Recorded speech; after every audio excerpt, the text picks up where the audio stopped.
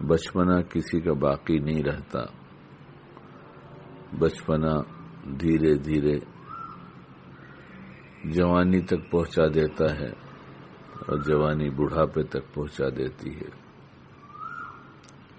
یہ ہر ایک کا یہی حال ہے جو دنیا میں آیا ہے.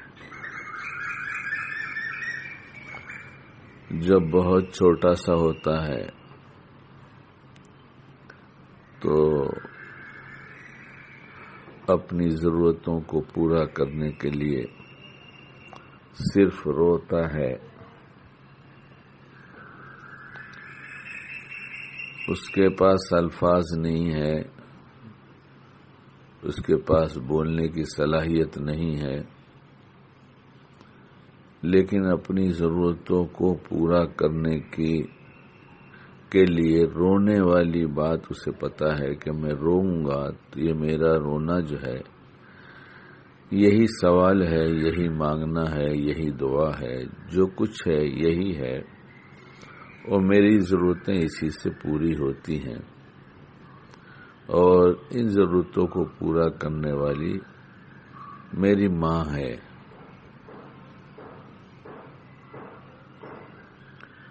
لیکن جب یہی بڑا ہو جاتا ہے تو اسے اچھے اچھے الفاظ آتے ہیں، بولنے کا اچھا ڈھنگ آ جاتا ہے.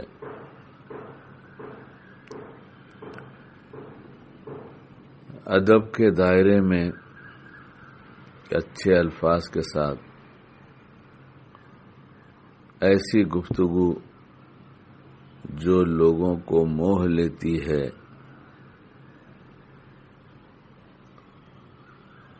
بچپن کا رونا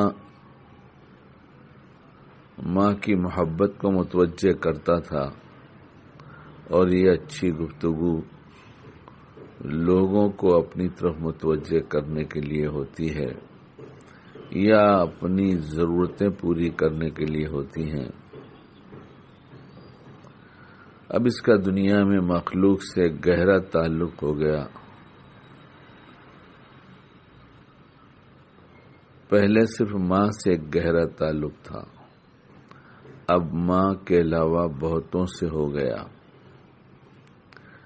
اب اس کی ضرورتیں پوری کرنے کے لیے اسے بہت سے لوگ نظر آنے لگے اور بہت سارے اسباب نظر آنے لگے. چھوٹا تھا، روتا تھا تو صرف ماں نظر آتی تھی. سمجھدار کہا جانے لگا تو مخلوق نظر آنے لگی. چھوٹا تھا، روتا تھا تو صرف ماں کو متوجہ کرتا تھا. بڑا اور سمجھدار ہو گیا تو مخلوق کو متوجہ کرنے لگا اور مخلوق کے ذریعے ضرورتیں پوری ہونے لگی. اور یہ ہم سب اسی طرح جی رہے ہیں. بس بولنے والا یہ چاہتا ہے کہ ضرورتیں پوری کرنے کے جتنے اسباب اور جتنے افراد دنیا میں ہیں، ہر ضرورت کے پوری کرنے سے پہلے اکیلے ایک رب جو تیرا ہے اسے پکار لے شکیل، اس کی طرف متوجہ ہو جا اور اس سے مانگ لے اور اسی کے سامنے ضرورتیں رکھ دے. اور پھر اس کے بعد اسباب کی دنیا میں یہ حکم سمجھتے ہوئے کہ اسباب کو اختیار کرنا بھی لازم ہے، ضروری ہے، یہ غیر شرعی چیز نہیں ہے.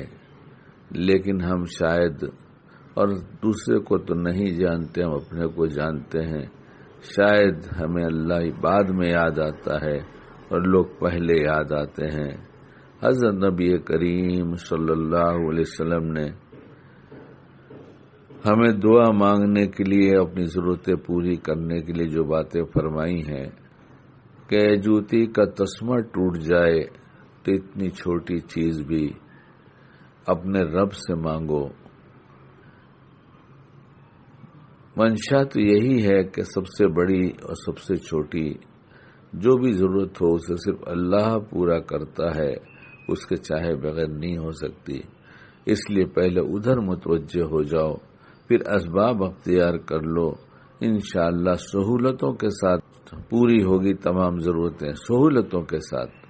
اور یہ سہولتوں کے وقت پھر خیال اللہ کی طرف کر کے اس کا شکر ادا کریں. اللہ جب ہم آپ کو پکار کر کام کرتے ہیں، اسباب اختیار کرتے ہیں تو بہت سہولت سے ہو جاتا ہے، اور جب ہم آپ کو بھول کر کرتے ہیں تو انہیں ضرورتوں کے پوری ہونے میں مشکلات ہوتی ہیں.